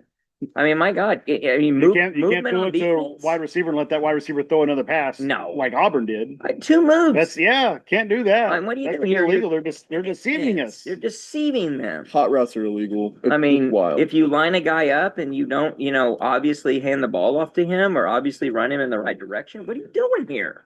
That's just not in the spirit of the game. Yeah. It very frustrating and just hilarious that Auburn, we talk about Oklahoma State, the Oklahoma State of Alabama, Auburn is totally little brothering this deal. They're just whining about it, and get over yourselves. Be better. They just need to be better. I think it's very frustrating. A little disappointing on the fact that the SEC officiating was really as poor as it was in that game. Let's assume that it was a bad call. Well, then the SEC officiating needs to be own up better. for it. And we know they need to be better from 5 or 7 other calls that happened on both sides. Or didn't happen. That OU benefited from and that Auburn benefited from, that were clearly bad officiating calls. So I saw a bunch of Auburn complaints about the non-call and the pass interference on the double pass. That Right. they ended up scoring on. That they scored. Possession. Four plays later, or Right. 5 plays later, which is a whatever. bad call. It was a high ball. But we can't. Yeah, if you look at the end zone shot of the receiver going up, he is at the top of his jump. He could not have jumped any higher for that before he was in contact. And the with it. ball doesn't come to him. And the ball is 2 feet over his head Right. and about 8 inches away from him when he gets hit. That's good coverage. You've got to call that. I think You've you got- got to you call think that. so? You've got to call I that. think it's pass interference. In my opinion, I mean, I've seen. So there's That's Pass interference. That's uncatchable. I a think it's play. pass There's a interference. play in the OU Tennessee game from 2015 where we have a guy in the back of the end zone who gets tackled essentially, and the ball is 8 feet over his head, and no shot to come down inbound. That's And a I'm bad like, call. I want the call. Did they call it? They called it. Yeah, and it's. I thought I in want the the in the call. moment, I thought it was clearly pass interference. I would have ruled pass interference on OU. I mean, it wasn't Drake Stoops' Unlike issue. what It was happened, not no, that. it's not. And unlike what happened later when it was clearly out of bounds, that's when it's uncatchable. I mean, it probably technically was uncatchable in your case, That but one it's probably enough didn't. contact That guy was at that the height should of have his happened. jump. It's still enough And contact. it was I 2 think feet it over should his have head. happened. I'm not taking the It was Auburn bang, bang. fans. It was bang bang. Like They when you should have see the ruled it. still shot, it's still, if it would have been 2 feet lower and within his grasp, it would have been this far away from his hand when he got contact. Well, that's where I think, one, you need better officiating, and two, you should be able to review pass interference. Correct. And you could say right there, no, completely we're agree gonna, with that. and then you can get Well, the real NFL strict. changed that rule after the After one season. Minnesota Saints game. Saints Yeah. game, yeah. So I They say still that never do it. if you Pass have interference though, in a still shot or slow motion, it doesn't tell you. doesn't- It doesn't it's tell just you. not I enough. agree. I That's agree. why I wouldn't have called that. So regardless, I want to see reviews on those, and we're going to be real strict on catchability then, because if it's not Yeah, 'cause catchable, there- it's but- not and catchable. And They end up there's getting- really no such thing as uncatchable anymore. And they got Right. You No, don't no. you don't see that called No, ever. you got to throw it in. They got a the pass stand. interference on us with I guess it was Guillory covering the guy, and the ball landed out of bounds, Yeah, and they See, that one- gave him that first one- down. That one I'm more into. That's Well, the they gave makeup him call. they gave him the ball at the 2 yard line. Yeah, Yeah. on the same drive. Yeah, and I'm more So they got to make a I'm more keen to So, quick accept that one. quick crime. But there was another one on Guillory where it's hand fighting with both of them. Yeah. Both are Well, grabbing. the other guy jerseys. had his jersey was Yeah, pulling he him can't in, turn around. and he can't. Yeah, And Guillory now gets it's pass hosed for it. interference, yeah. So that one I don't agree with. Yeah, if you want to start reviewing plays like that and watching who's tucking on whose 6-hour jersey, games. yeah. well, that's where you need better officiating. Well, hold it. It doesn't have to be 6 hour games. But imagine holding. What if you could review holding calls? No, but I don't even think it's that. I No, think I it's think I think you you do make that. it more of a challenge system where I do too. where Challenge. coaches get one or two challenges or penalty challenges a Right. game. And Yeah, separate penalty challenges. right. Either way, review this either way. And so on that one, that it's out when we did get the call on us, and before that, they could have challenged the one that they didn't get called, and then we could have challenged the one that did get called. I know it's not going to happen because if the other one gets called, it's a different play. But still, and that's your chance. That's your and they that's your stopped. They challenge. gave him we had a turnover on downs about to happen when the guy comes running in with a false start flag after the play had already started, and Yeah. and on 4th and 1, Yeah. and we have 3 guys about to make the tackle on the running back 5 yards They blow the short. whistle. Yeah. And the guy comes running across from 50 yards away on the other side of the field, claiming he threw a false start. It was I mean, all in all, it was That's where they just need to be better. it was a horrible officiating day. Yeah. Like you look at the number of flags that were thrown, I think there were 23 flags thrown in The that first game. half was horrible. I mean, it was unbelievable. So I mean, it's just if you're going to be 23 flags is. if you're that's going to pretty be crazy. the premier conference, Yes. you need the premier officials That's- as well. I 23 agree. flags, I'm going to guess was 33% of the plays, Oh yeah. right? I bet there Uh, were 72 plays or so in that game. Well, wouldn't there be more than that on 30. both sides? I bet there were more than. I mean, it's a number. It's 25% or it's something. Yeah. It's up there. 20% at least Well, no plays with the penalties don't count as plays. So I like what you're saying, Connor, because if you're trying to elevate this conference and you're trying to promote a brand that says we're better than all the rest, and you're trying to promote the sport, and the sport is coming up in so many ways. But if you're not bringing this part of the sport up to the quality of everything else, it's standing out and holding the sport back. It'd be as if we never had cameras with HD and we said, yeah, college football is awesome. And it is basically a semi-pro league with it's great football. Oh, but yeah, it's standard def and you really can't see what's going on if you watch on TV. If the XFL can get it right, college football can get it right. Absolutely. And I think the XFL And the money is there. The money is there. stupidness. Yeah, exactly. It's like you can take some notes. You don't have to go be the XFL in terms of all the Yeah. in-game stuff Right. and the officiating, but it's like there's some stuff you can learn. There's some innovative ideas to get these things Well, correct. you get better officials, you get more dedicated crews, you increase the pay, and you start to get Or competitive, just put some accountability on these and guys. you put some accountability in there. Like there's no accountability to These be guys have better. regular jobs, so they're working That's a mistake. Monday through Thursday. That's Exactly. wrong. Pay them How all is that that. not a full-time job? Exactly. At You least have the during the money. season? I don't know. It doesn't make sense to And me. Sankey could actually take a really big step forward in progressing the SEC's well, case and saying, look, we have a dedicated Look at it. pool of money. Look at it from a competitive advantage standpoint. Yeah. So if you did that and all the other leagues have to start keeping up with that, that's really tough. Mm-hmm. And so you're putting the screws to them to say, we have the money and we're going to spend it on officials. And now if you want good officiating, you're going to have to come up to our level. And obviously the reputation is going to follow because when it's a SEC Big Ten game and the Big Ten officials are there, even if it's not that bad, everyone's going to say, well, yeah, it's the They're Big 12 screw jobs. officials. They're not very good. They don't Yep. know what they're doing. Both ways, even if it's for the SEC's advantage. If you get an OU Michigan game and the SEC officials are there one time and the Big Ten officials are there the next time and they start doing stuff and OU's the beneficiary, they're going to look at it and say, well, we need a better quality official. What's going on? Spend more money there. Seems So- like such a logical idea. I think it's There's not a enough great money in idea. college football to do that. Right. Yeah, There's of no course money. not. There's no No money. It's a way. nonprofit Absolutely not. activity. Well, I got some trivia for you guys. So I need your focus and attention on this because I'm going to test your knowledge of OU lore. You're gonna lose. How many I won last week. of these statements are true? I've got 7 seconds. 4 statements for you. You're wrong. So moving on. First statement. OU's original mascot was a small dog who was buried just north of the stadium. Second statement. OU once issued lifetime season tickets. Third statement. There used to be apartments in the stadium. Fourth statement. An OU head coach has won a Pulitzer Prize. How many of those 4 statements are true? 3. I'm gonna say 3 as well. I mean, 3 is the logical number. So which one's So false? probably 4. The dog. Go dogs false? No, I think the dog is true. The apartment is false. I think the apartment The is so apartment. ridiculous is true. So which one's false? What was the last one? An OU head coach has won a Pulitzer Prize. What was the second one? OU once issued lifetime season tickets. I think they did. I mean, by apartments, are we talking like the coaches live there? Or are we talking like it was open to the Don't public? to give me rent? any extra. I am information. not giving you extra information. Because if it's like the coaches live there, then I could see that. All right, I'll I'm tell you fine if this. It's true or false. The coaches did not live in apartments in the stadium. If I'm gonna say that helps. I'm gonna say that one's false. Connor says it's true, so he probably knows. So you got 3. Are you sticking with 3? Which one's false on your part, Jay? You know what?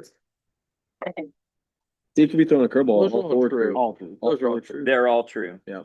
OU's original mascot, the dog, is known as Mex. I knew that one was true. Mech? He was the university closed for his funeral in 1928. They left him on a train and they had to go back and get him on one of the away games.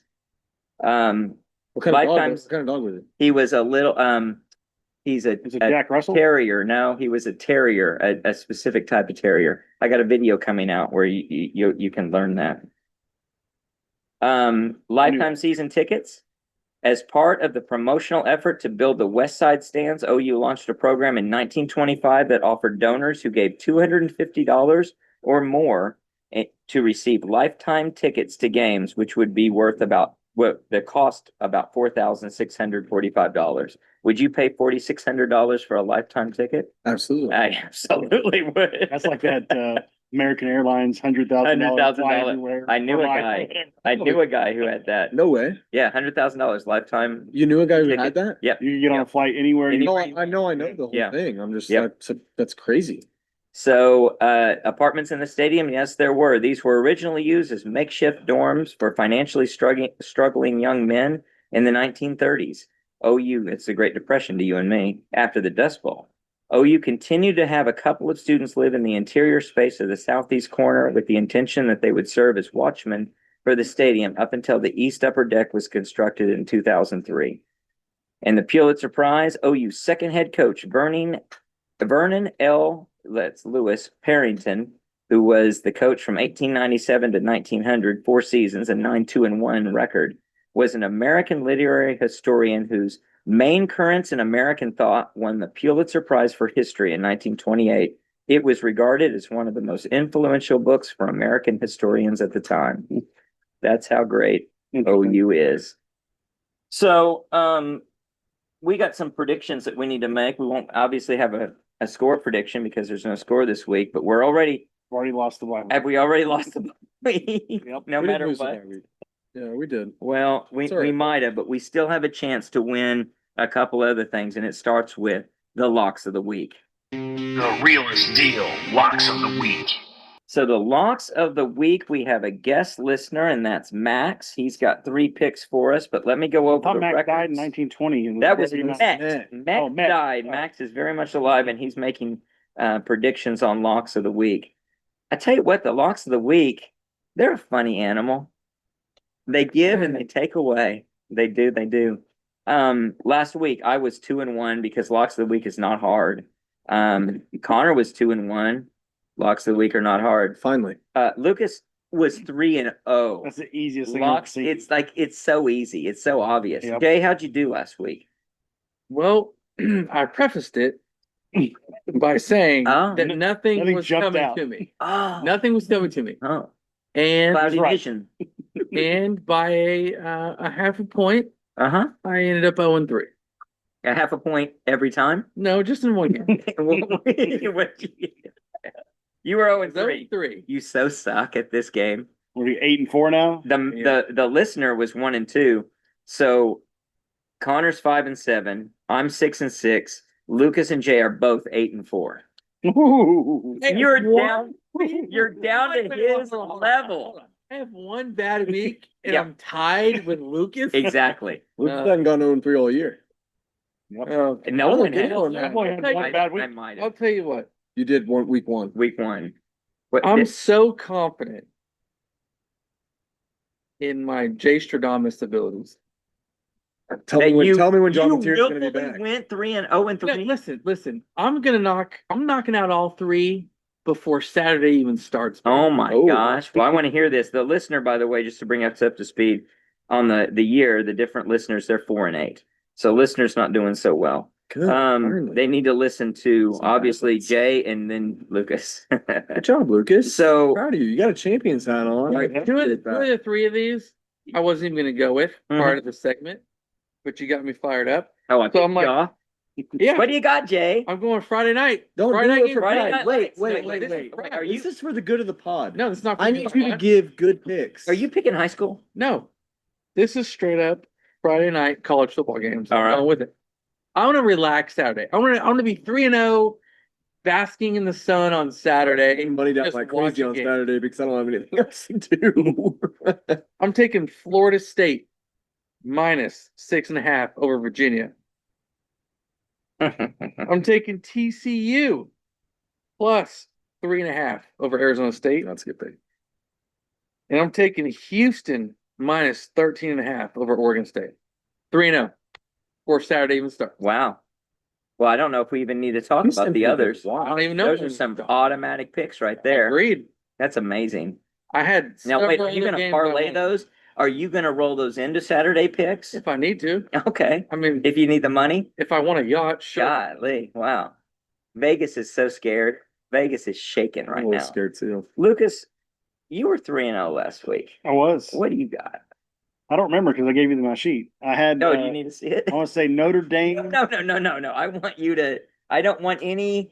I don't know what I have. Is Notre Dame minus. I think I got 5.5 was the current line. 4.5. Okay. Notre Dame minus 4.5 at Arkansas. It opened at like 12. I'm staying in the Midwest on all these. I got Iowa State minus 5.5 against Arizona, and Indiana minus 7.5 at Iowa. Minus 7.5 at Iowa. Pick that and I changed it. Interesting. Okay. All right. Well, let me go to the listener and then Connor and I are going to weigh in because there's some overlap here. So the listener Max has FSU minus 6.5 against Virginia, has Notre Dame minus 4.5 against Arkansas, and has the Ohio State University minus 7.5 against Washington. Connor, what do you got? Damn. Why is that line so small? That's That's a Ohio State 7.5 against Washington.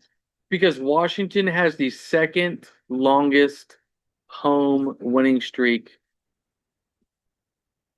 with Georgia being the number one. But come on, they don't play anybody at I mean, home. I mean, come They on. didn't the previous 2 years. I've got Florida State minus 6.5 against Virginia as well. Gosh. Everybody loves it. Oh boy. Your line is just atrocious. It is a It's- weird it's line. A weird line. It's a weird. Which is freaky because that means Florida State's doomed.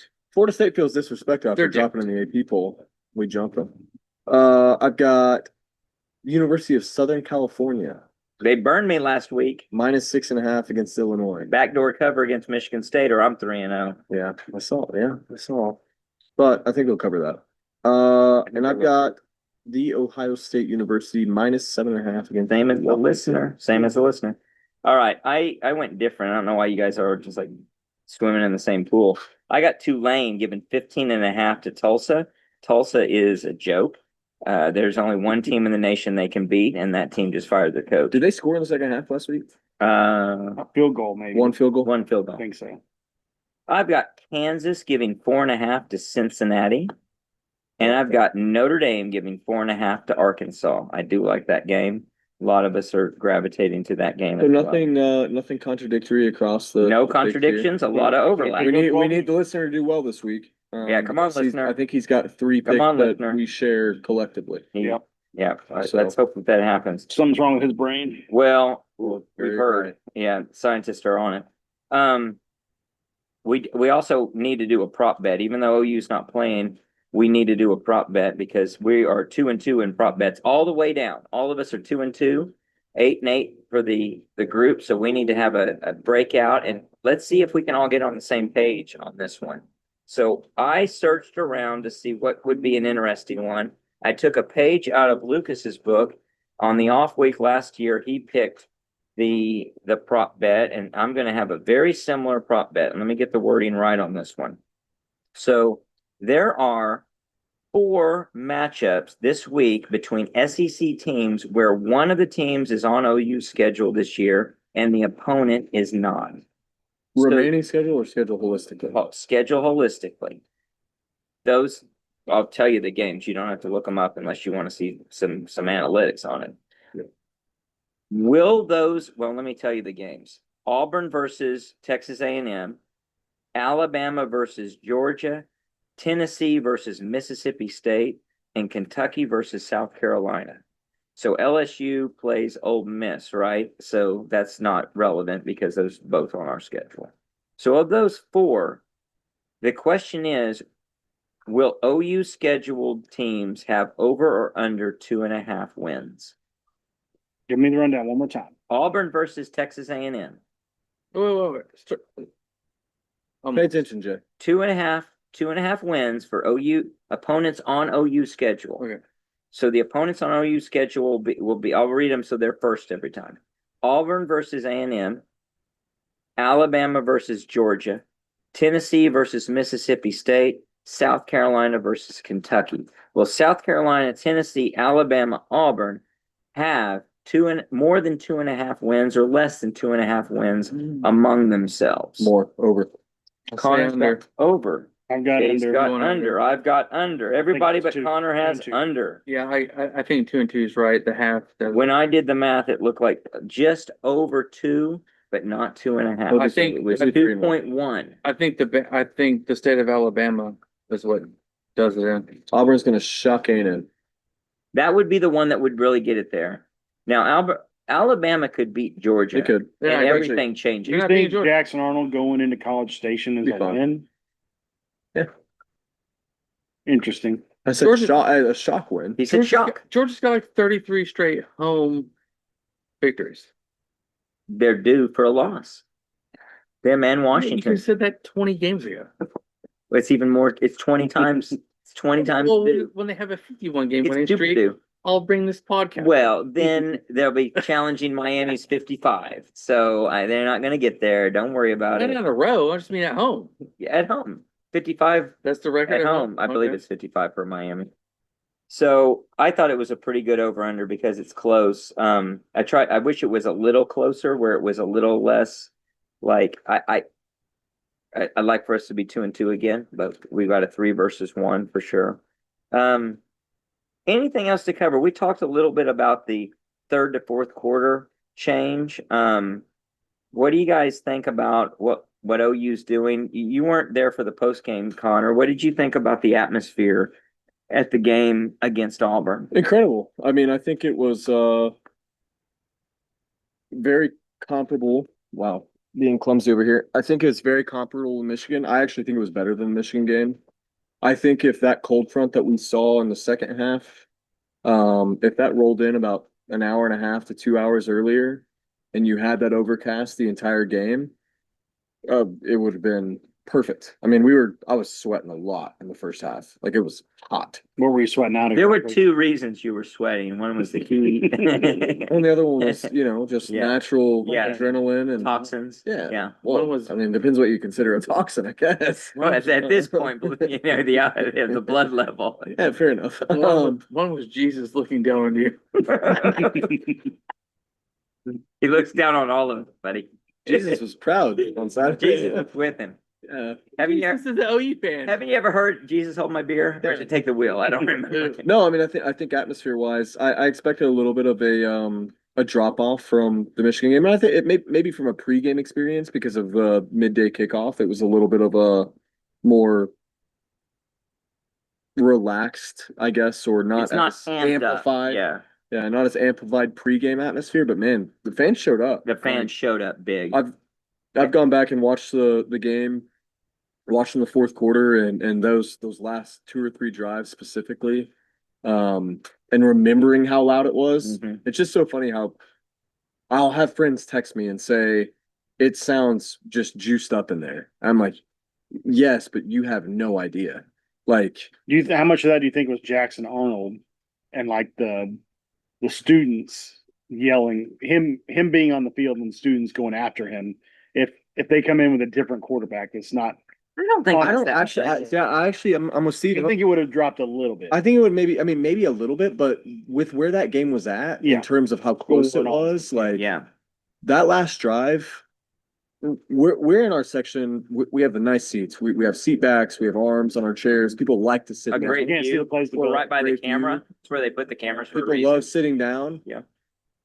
You didn't see any old person in the section standing up. I didn't feel it was the first time in a long time I haven't felt guilty standing You mean up on sitting a, down? You didn't see the old people. Yeah, I sitting didn't down. see the old people sitting down.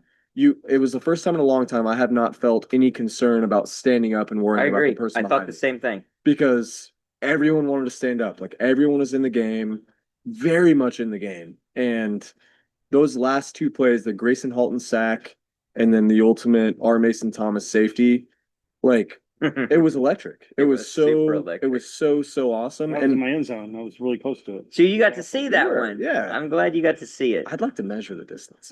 Yeah. Yeah. Your seats in North. Very far. Really pretty close, honestly. To that point in the end zone. And the other end zone. And then the other, close. yeah, and then yours just Well, you're definitely closer to the other end. yours zone. just gets a little bit further every time. But Did you know there are 2 end zones? What? Yeah, they go the other way. I thought it was like, one-on-one basketball where you just take it past the 3-point line and Come back. come back in. Over there. You know when you hold your finger and your thumb up, you're like, what's the other thing at the other end zone? That's the other end zone. He's over there with his telescope trying to. no, that's Chad. I think it's just I think it speaks loudly. I think this is just what we've been yearning for. Yeah. Like I think as a fan base, again, I mean, I'll go back to some of the commentary I had after Michigan. A big affirmation, like this is just the type of football we've been wanting, like week in, week out. And we're gonna have every home game from here on out should be of that magnitude, in all honesty. It basically Like is, we yeah. are, it's not just that we're like last year, you have a very quick drop off in terms of expectations. Yeah, you have the material stuff now, you have everything else going on, but the expectations are still very high. And I think you've got a very, very hungry fan base to go out and show. It felt like an SEC stadium. Mhm. Like it felt like the first time in a long time ever where I'm like, this is a destination. It's not just a stop on the schedule, which was great. In a hostile I environment, love it. hostile to the very end. The electricness, and I tell you, the fan education and IQ. I've always said this about OU fans. They stand out in what they know. Like there's a plenty of dumbos who just say the stupidest things, and that's true everywhere. But by and large, the OU fan base, and I notice it when I go to places like Nebraska where they really know football, they know the game, and they'll be calling the encroachment before it happens. They know when a flag is, where the flag is, what it's probably going to be. And I saw that a number of times with us being excited before we were confirmed of why we were excited, or being disappointed before it was confirmation of what it should be. There was no mystery to it. We knew exactly what was happening. We were cheering the right things, looking for the right things. You hear people just making the right comments about it.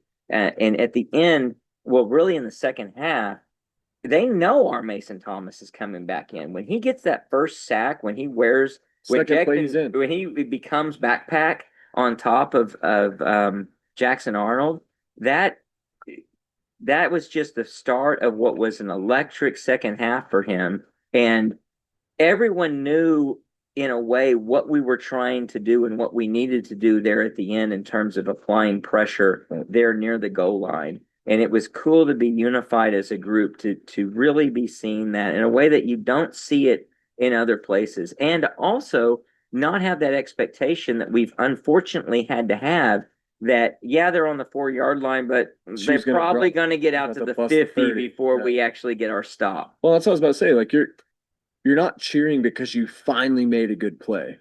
You're cheering because you're freaking dominating. And like you're trying to pile on top of the team and put them in the ground.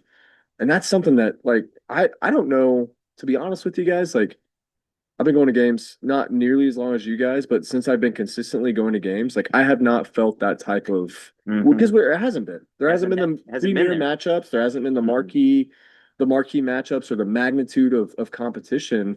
And it's just nice to finally feel like I'm cheering for a team that's dominating, especially on one side of the ball, but it means something. Well, we're winning the game potentially on either side of the ball, and that wasn't the case before. When we were winning it under Riley on defense, it was desperation against a team we shouldn't be in a game with. You know, go through the list of Iowa State, Oklahoma State, Army, so many games where we really shouldn't be in. They shouldn't be in this game. We should be winning. But all of a sudden we are, and we're cheering for defense, obviously. TCU, trying to put it away. Again and again and again, we're trying to salvage this, what should be a victory. Or we're losing to Kansas State, who's a 3-touchdown underdog. So to compound on this, do you think that the team rallies around the material injury? Like, do you think the defense can actually take another step? I think they can. And so you saw Grayson Halton and his tweet. I think they will for a couple of reasons. One, they're really damn good. And two, unlike last year, where, and as evidence last year, they rallied in the face of such adversity. But even more so, they believe in this offense. And so it's easier to rally around that and to say, we're going to get it done. The team needs us. We're through a little bit of a hardship here for, who knows, 3 or 4 or 2 or 1 game. We need to figure out what we need to do to win. I think they're going to do that. I mean, the optimistic version of what you're talking about is epic. Because if this defense turns it up a notch from where we're at, or 2 or 3 notches, and we're talking about a shutdown, elite, ball hawking, sack filled, just defense for the ages. We're going to get a turnover? Yes. What's that? No, but seriously, We're the only team in the FBS. it is incredible. Which means we're due. We're due. super We're due due. for massive. Well, I love Nagy's tweet. It's like, usually when they come, they start coming in bunches. Like, dude, I love the support. But it's also like, I mean, you say that. I mean, we saw one of the better offensive lines that we're going to see all year. We might have seen the best offensive line. So I mean, and what now tell me again, how many sacks did we get? Now you can't. well, and you can't extrapolate that. You can't expect someone right. like Arch Manning to miss the throws that Jackson missed. Oh, well, I mean, Arch is definitely Arch, I can expect that. I'm gonna throw others. You talk about somebody else. NOU Texas, like Casey Thompson was torching our guys deep, and it didn't make a throw the rest We of lost the the season. Tyrone Whoops. We lost the case. Swoops, in that defense, Swoops wasn't throwing the ball. No, but seriously though, if the defense really does take onus and turn it up a notch, like we could see John Mateer might come back with a dynamic, incredible defensive play. Well, if you want an analogy from history, that's an awesome analogy. If we can live up to it, the 2000 season. So Heupel has an injury. We don't really know a lot about it, and it's kicking in, as well as probably the fact that our offense had been understood a little bit. after Red October. From there on out, we don't have the success that we had, and we relied on the defense, and the defense came through. I mean, they won us the Texas A&M game, and they kept us in and won us They won the the Florida State game. and they won us the Oklahoma State game. Yep. So it's that sort of thing We're right going there. undefeated, dude. And you know, You guys have me convinced. You guys have me convinced. I'm back on it. I don't give a Hey, crap I if, just- I just if it's mean, 35% like- likelihood or not. No, We're gonna but win the seriously. freaking national championship. No, but seriously, There's no doubt. if we're due for a storybook, This season, is a storybook. right? you Jaden have- Jackson's face is on the front No, of it. but I as mean, well. you have a backup quarterback who's a legacy, number one, Mhm, and number two, he's replacing the Heisman frontrunner who's injured mhm, out of nowhere. mhm. And if he just plays well enough, and the defense is so elite that the entire country's talking about it, and then you bring Mateer back, Yeah, and then you just start rolling. like a white knight. I mean, coming in, it's just waving like and whirling. Literally. Yeah. it's unreal. What if Hawkins puts up The 60 dark against knight and Kent the white State, knight. dude. 40 against Texas, You keep playing. 40 against South Carolina? No, you. No, Good you one. don't. But No, you But- play. You So play him here- until it's here is 100%. here's 100%. the riches that you have. So We're at that never gonna point- lose the game. At that Never point, gonna lose. Hawkins has only played his fourth game, right? He's only at one still right now. rich. He's only at one. He's still He- redshirt. through South Carolina. He's only he still can get his red shirt. Yep. So you've got, if he does well, what I think that does in a realistic sense is it tells teams, okay, it's not enough to knock Mateer out of this game. This is a really potent offense with a lot of weapons that can burn us. We can't just say we get this guy out and it's going to be easy. And, you at know the what? same time, we can't score on But this this is not a defense. potent offense. I never would It have. is a potent It offense. is not a potent. Here's the deal. So- It is. We just scored 24 points. It's above. It's a sleeping. No. It Giant is, defense. listen, it is above and beyond. We talked about this though, where Lincoln and Bacon were. Bacon. Hell yeah, Lincoln bacon. and Bacon. Hell yeah, They bacon. should have been named Bacon. Lincoln I don't know and if I agree with Baker were at the same time. We've talked about it several times. Yeah, but we That's were right. ready That's for a it good to be- point. That's a good point. It can take off out of nowhere. Can transcend. It can transcend. Well, I think if you look at what's happened in the game, Transcendent offense. we don't look at it Okay, and it's not say, gonna be a boy, transcendent. we sure got lucky and we scored where we shouldn't have. We look back at missed opportunities, offensively and defensively. But let's focus on the offense.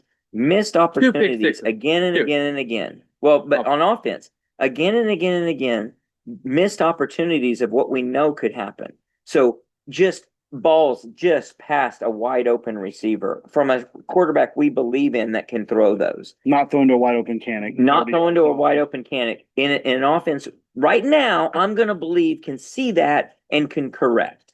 If they can't, all right, so be it. They're not that good. But if they could correct that, that starts to open some stuff up in a way that all of a sudden a game that was tight in the third quarter was put away early in the second quarter. I wouldn't have believed. Back in the day, your backup quarterbacks were pretty good. But But usually young and Right. not ready. I think what changed it all for me personally, just myself, is Ohio State. When Ohio State won the national championship The third on string their third quarterback, string quarterback, Cardell Jones. Right. that changed it all for me because we've a lot of years, obviously we had Baker and Kyler behind him. But I actually think we're in a better quarterback situation than we think we are.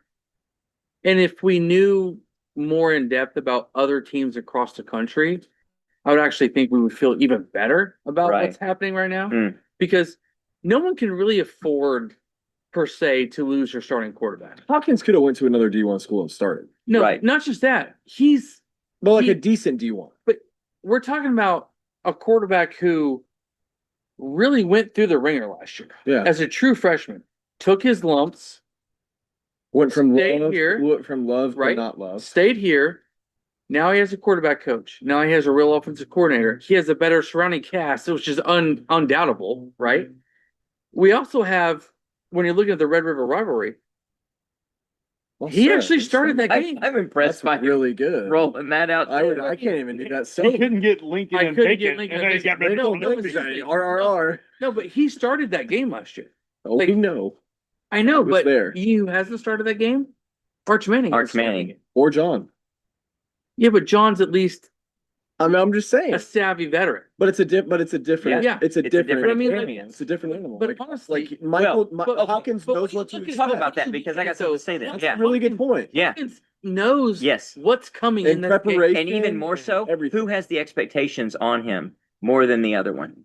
Arch has the world of expectations on him. his shoulders. Hawkins has, look, buddy, Live free. we're just trying to win. I hope to God we freaking defer and they get the ball first And we go just and eat 'em up. It's what was that year we Gentry, it was 2 years ago. Gentry First gets play of the game. first second play of play the of the game, yeah. Gentry gets an interception. Quinn. Mike And Quinn. but my thing is like with Mighty with Quinn and Hawkins, this woman. not to not That's to it's a, not to go back Dr. on Quinn. I like that. I like that.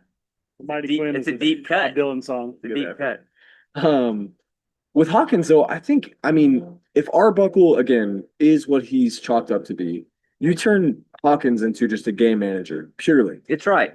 You take Here's what you're good at. everything Do that it. they give you Yep. and you run the simplest of simple stuff. And you see what they're giving you. Exactly. You make adjustments to Right. what they're giving you.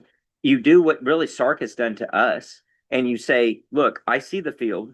Here's what they're exposing themselves to. Go get I it. still think like the prime example of this, of a quarterback who got made out to be just so much more than what he was, is Stetson Bennett.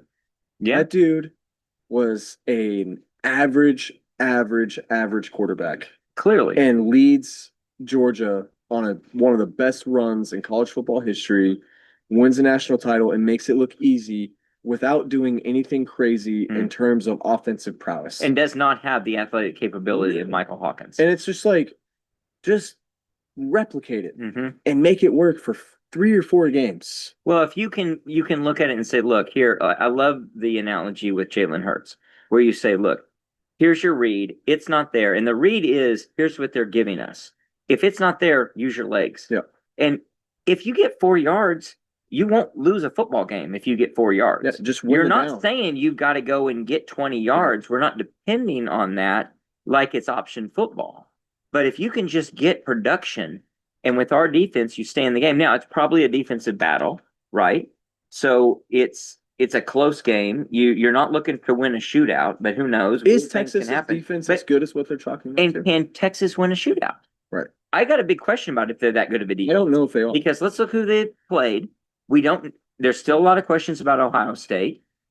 The rest of their lineup, I don't know. You don't know. I don't know. And you can't give it much stock. Statistically, they look good, but I haven't had the look. I haven't watched every down like I've watched OU's every down, but I can tell you OU's defense is really, really, really good. I don't know if they really can be that good. And I look at the fact that OU returned as many players as they did. So just on paper, Texas did not. I can't have that much confidence in what Texas can do. Yes, they can be very good. Yes, they have a lot of talent. Can they do what it takes to shut us down enough so that they can win that game? It's going to be tight. It's not like they're going to open up as a 14, 15-point favorite just because Michael Hawkins is the quarterback. That's not going to happen. The line is already up to 14.5. Is it really? I believe so. Shut up. No way. No way. That's what someone sent me today. Is Oh, that look at it. Texas- Look the No real line, way. not your Texas fans. That's ridiculous. I'll look. I'll take. Hold on. Go ahead. If I can get action at With 14 and a McNeil half. Plan. Well, I mean, McKeer's back, baby. No What is- way. Texas hasn't even lost to Florida yet. Yeah. Like, what are we talking Yeah, yeah. right. Seriously. No, I don't know if they get through that game. It's going to be tough. Florida's Listen, defense is good. No, hey, Their offense is hey, putrid. we need to bring this up because this is Bring it up. the most Texas thing ever. I texted you guys this yesterday. Lagway's foot was in a boot, and Right. then obviously the Mateer surgery. So if Texas faces Florida without Lagway and OU without Mateer, that is 7 out of 10 SEC, their first ever 10 SEC football games where they face a backup quarterback. That's shocking. and they're gonna lose 4 of those games. It's up to as much as minus 10.5 as the highest.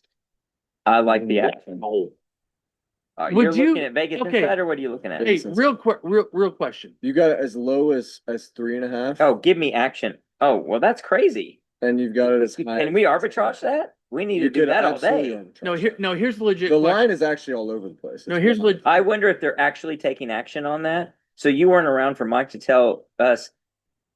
Vegas Insider will report lines from FanDuel, from DraftKings, from MGM that Fan- are not legitimate lines. They're not actually taking action Oh, you on. can't actually bet You them can't yet? actually bet them. Gotcha. So, MGM is Who which knows? 9.5 sounds like it's relative the relative standard across most betting sites. MGM has it as high as 10.5. I'm flying to Well, it's only Vegas about a tonight. 3-point swing because it wasn't at 6.5 last week. It was. And it opened at 11.5. Yeah. Okay, here's a real question. And listeners, ponder this yourselves. I like fake questions. So. Would you trade Michael Hawkins For Archman. for Archman? Okay, I'm gonna try I to would say There's a no, lot of because I don't bias like in Arch there, Manning. man. Like it's You- really I'm gonna try to not do that. Arch Manning throw, and there's a lot of bias in there. I have not seen He's it throw. throwing it in the dirt. He's throwing it in the dirt. He's awful. He's literally skipping No, passes hey. to people. He's making a go to the bathroom face. Yes. Um, No, I'm not joking. I'm not being Yeah. an OU homer or anything right here. There is no chance Yeah. that I trade Michael Hawkins for No Arch way. Manning Ask me after Today. Kent State. today. Ask me after Kent State. Okay, today. But Hawkins Today? from last season, I'm not trading him for Quinn Ewers. I would. What? For Quinn Ewers? Quinn Ewers. Arch Manning. you did say Coomer. I didn't say Quinn Ewers. Arch Manning. You're trading last year's Michael Hawkins for Arch Manning? For current Arch Manning? Yes. No, Arch Manning from Louisiana High School. They're kind of the same guy. No, he was playing. I'm with you. I'm with you. I'm serious. I'm not doing it either. I'm not. serious. I'm So- not. so I'm what not saying part I of- would do I it. don't want the What? Manning circus for one No, thing. no, not the circus. Set that aside. The Set football. the bias aside. On what we've seen, I Yeah. can't set aside my bias for Arch Manning. we know you have a hard time setting aside bias, but In every hard. situation that exists ever. did you know that If Archie Texas doesn't like loses- Pearl Jam? If Texas loses, OU goes to the national champion, or if Texas wins, OU goes to the national championship. I want Texas to lose. No, seriously though. I'm just gonna answer this for myself. I would not. Okay.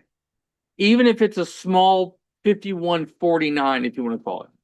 So when you look at the rest of it, am I taking Texas's defense over ours? No. No. Well, you're not taking anybody's defense over ours. Maybe Miami's. So what's the line? That's what I'm getting at. Like what is pushing this line for a 10-point game? I think two things. One is Bettors. Texas has a lot of money in its betters. It's betters all the way. So a lot of money from Texas, who has a lot of money. They're disgusted with his play. I know. No, No, but they can push It doesn't matter. doesn't They can matter. still. They're still going to bet. And the rest of the narrative, people have not caught up to figure out where we are. No. They haven't figured We're it out. still in the French. Yeah, there are still people who think that we're a good offense and a bad defense. And we could potentially Listen. drop out of the top 10 this week. Right. Listen, just for having which not would be played. great. Yeah, Yeah, please do We it. do probably it. won't move Make after us next 11. week. Make us 11. Texas's offensive line has severely underperformed. Yeah. They are We're not doing Texas pregame. anywhere near Let's do an Texas Auburn. pregame. Texas No, I'm pregame. saying, but they're nowhere near an I Auburn agree. offensive line. It's still relevant. It's valid. I get it, but it's just like We might have there's so much that has to happen. 27 sacks. We have to- Don Mateer may freaking play the game. We 27. still get to see Florida, see what they do against. Okay, Texas's they were offense. down 72 Florida 10. just shut down Texas in the whole line. What was 73 12? 72 to 12. 12. Simmer down, 60 Don. I didn't know he was gonna break his hand. If Connor. we, oh, wait, I, If he didn't break his No. hand, it was gonna be 72. What's the excuse to not get all right. So 27 listen, sacks? I will give you $100 if we get 27 sacks I will give against you Texas. I will give you $12,100 if we get Take it. 27 sacks. Take it. I will give you my season ticket for the next 10 years. Ooh, big. I won't take it from you because I love it and I want you at the game. I will shoot you. Well, that's before I- awesome. You're gonna- But No, but legitimately though, seriously, their line. No, absolutely. their line. Seriously. Their line has not been good. No, and, it hasn't. It and hasn't. Auburn's is a very good offensive line. Right. And we made them look like trash. So- They also had a quarterback that likes to hold the ball too long. Arch Manning sucks. So the truth is, Hell yeah, brother. aside from that, which is truth, This is I would Texas take Texas Jackson game. Arnold before So- Arch Manning. so This is that'll be Texas the Spring. real key is what our defensive line can do and what we can do with the 3 and 4 man rush. If we can have success doing that, then it might be our ball The game. only reason we by- won't have 27 sacks is because Sark There won't be enough is smart time enough. in the game. No, Sark's smart enough. He'll just get rid of the football. But they won't win the football game No, if we're in a which is position fine. to do that. Yeah. But that will maybe be what we have to do to win that ball game, to tell you the truth. We've still got a bye week to contend with. We got a bye week to contend with. I think we're gonna win the bye. I'm telling you, I don't I know. don't think so. Our, Is lost. we got a surgery that went well today. We got Kent State coming up. We're gonna talk about that. Bunch of good football games. This We got a weekend. lot of great Great football slate. games. It is It's a great fantastic slate. And the Ryder Cup. Don't forget that. Oh, I'll don't say. forget, don't It's forget golf. it's a 5 TV weekend. It is. Oh, yeah, that's gonna be tough. We're gonna need 2 quad boxes going. 2 quad For boxes, sure. an extra TV. Yeah, yeah. It's gonna be awesome. Well, we got a lot to cover, and we'll be back to cover all of that. Until then, Boomer.